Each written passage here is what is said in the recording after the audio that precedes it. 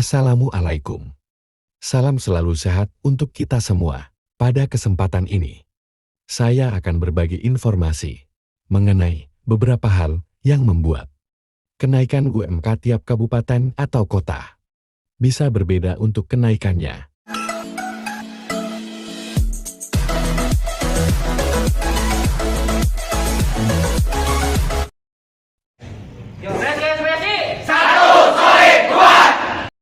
Pemerintah itu setiap 1 tahun sekali akan memutuskan upah melalui setiap gubernur yang ada di seluruh Indonesia. Upah minimum ini menjadi dasar dalam hal nominal uang yang akan diterima oleh pekerja dan buat pemberi kerja. Upah ini ada 3 kategori, yaitu UMP, upah minimum provinsi, UMK, upah minimum kabupaten atau kota, dan UMSK, upah minimum sektoral, kabupaten atau kota. Untuk tahun ini UMSK tidak berlaku atau dihapus aturannya di Undang-Undang Cipta Kerja, yang sampai saat ini aturan tersebut diprotes dan ditolak oleh beberapa elemen, salah satunya Serikat Pekerja, Mahasiswa, LSM dan lain-lainnya. Salah satunya yang ditolak itu mengenai aturan UMK. Apabila ada yang belum tahu mengenai apa saja dampak bagi pekerja dengan adanya Undang-Undang Cipta Kerja, bisa lihat di konten yang berjudul Dampak UU Cipta Kerja bagi Pekerja. Untuk sekarang saya akan berbagi informasi mengenai beberapa hal yang membuat kenaikan UMK kabupaten atau kota bisa berbeda-beda kenaikannya. Hal yang pertama, penyebab kenaikan UMK berbeda-beda itu adalah kebutuhan hidup layak di suatu kabupaten atau kota. Jadi seorang pekerja itu butuh uang berapa untuk bisa hidup layak selama 1 bulan. Kebutuhan hidup layak ini disurvei oleh serikat pekerja, pengusaha, akademisi, dan perwakilan dari pemerintahan ke pasar tradisional yang ada di kabupaten atau kota tersebut. Surveinya itu di sandal, pangan, transportasi, dan lainnya.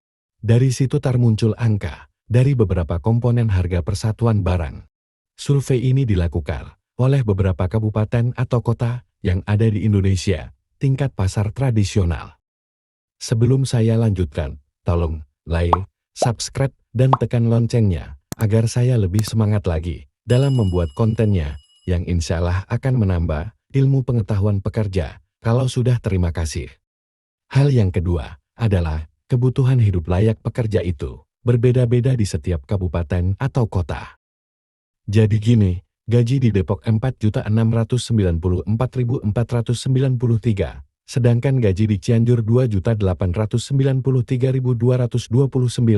Di Cianjur dengan gaji segitu, bisa dikatakan layak untuk memenuhi kebutuhan pekerja selama 1 bulan.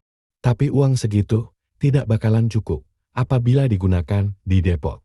Karena untuk biaya hidup di Depok itu lebih besar dibanding biaya hidup di Cianjur. Hal yang ketiga, yaitu pertumbuhan ekonomi, inflasi, sampai produktivitas di sebuah wilayah kabupaten atau kota.